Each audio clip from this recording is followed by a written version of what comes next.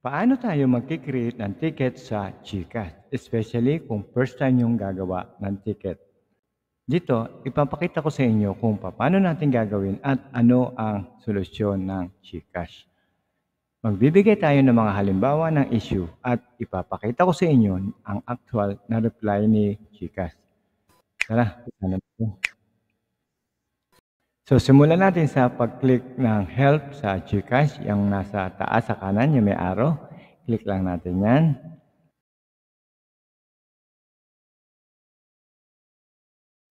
So dito pa lang sa unang screen, makikita nyo na ang mga topics na po pwede nyong pagpilian kung kayo ay may ganitong problema. So number 1, how can I increase my GCash wallet and transaction limit?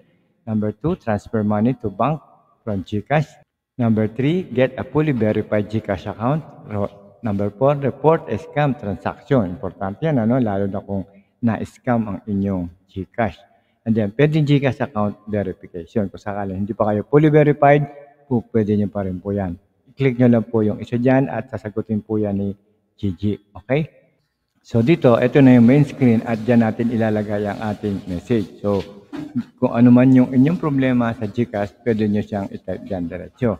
Okay? So, yan yung ating direct concern. So, ang case number 1 natin, halimbawa, may problema tayo sa lost phone, nawala yung ating phone, o kaya nasira. So, pwede natin itanong sa kanya at kung ano ang ating dapat gawin. So, lalabas dito, click show form. Okay? Papakita niya sa inyo. And then, ang gagawin nyo lang ay i-click nyo lang yung show form na yan. And then, didiretso na yan sa inyong details. Okay? Dito sa details na to, i-enter nyo lang ang inyong mga personal details. Ang pinaka-importante dito ay yung inyong email. Okay? Meron tayong video kung paano makukuha ang email at ang inyong telephone number. Okay? Yun ang dalawang yun na pinaka-importante. The rest, alam nyo na siguro, hindi na kayo magkakamali doon. Ano? Okay. And then, click lang natin yung send para tanggapin yung GCash at ibibigay niya sa inyo ang kanyang sagot. Okay? Sa dulo ng video, doon ko tuturo sa inyo yan. Then, next. Pwede rin kayo na mag-ask na something else. Ayan, nasa menu natin.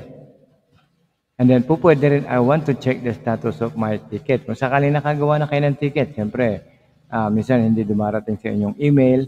And then, pwede nyo rin siyang i-check dito. Okay? So, ilagay nyo lang sa message, I want to check the status of my ticket. O, i-click nyo yung nasa box na yan. Okay? So, next. Okay, case number 2 tayo. Paano naman tayo magta-transfer ng funds sa deactivated account? So, I want to transfer funds to a deactivated account. So, i-type lang natin yan dyan sa ating message. Or, i-click nyo lang yung naka-box na yan. I want to transfer funds. Okay? Ang sagot ni GCash dyan ay meron ka pang mga selections na pwede mong pagpilian para maging eksakto o mas malapit do sa ating problema yung inyong isasagot. Okay?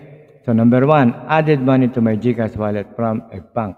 So, ibig sabihin, nagdagdag tayo ng pera sa ating GCash wallet mula sa bangko. Number 2, nag-transfer tayo ng money sa bangko mula sa ating GCash wallet. Number 3, I sent money to another GCash account from my GCash wallet. And number 4, nag-withdraw naman tayo mula sa ating GCash wallet papunta sa galing sa ATM. Okay? And number 5, merong nagpadala sa inyo ng pera mula sa kanilang GCash papunta sa inyong bangko. Okay? So, pili lang kayo na isa dyan, yung pinakamalapit na problema niya. Okay? Ako, example ang pinili ko ay someone sent me yung number 5. Okay? And then, ang sagot ni GCash ay, we can only verify the details from the GCash account on the sender's end. Ibig sabihin, kung sino yung nagpadala, doon nila mabe-verify kung lumusot o hindi o may problema. Okay? So, mas maganda, sabi niya, it would be best if the sender could contact us directly.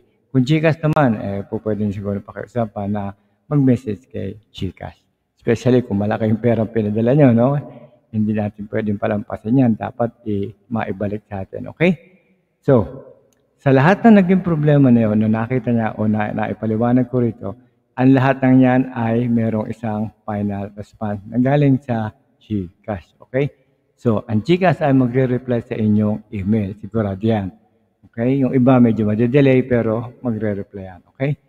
So, ang GCash naman ay magre-resume, especially kung okay na yung inyong mga pinadala sa kanya, yung inyong form na isinubmit. Kung tama lahat, in 4 hours, automatic, balik agad ang inyong account. At isa pang pinaka-importante, kung merong balance o may perang natira doon sa inyong account, huwag kayong mag-alala. 100% babalik at babalik ko sa inyo. Okay? So, marami tayong natatanggap na comment, nag-aalala sa kanilang mga balanse o balance sa kanilang GCash. Okay? So, hanggang dito na lamang at sana may natutunan na naman kayo at huwag nyo lang kakalimutan, i-comment nyo lang ang inyong mga tanong kung meron pa kayong mga katanungan. Okay? So, huwag nyo lang kakalimutan na mag-like, subscribe, at hit nyo na rin ang bell para updated kayo sa ating mga future videos. Okay? Mula po sa Promag TV, God bless.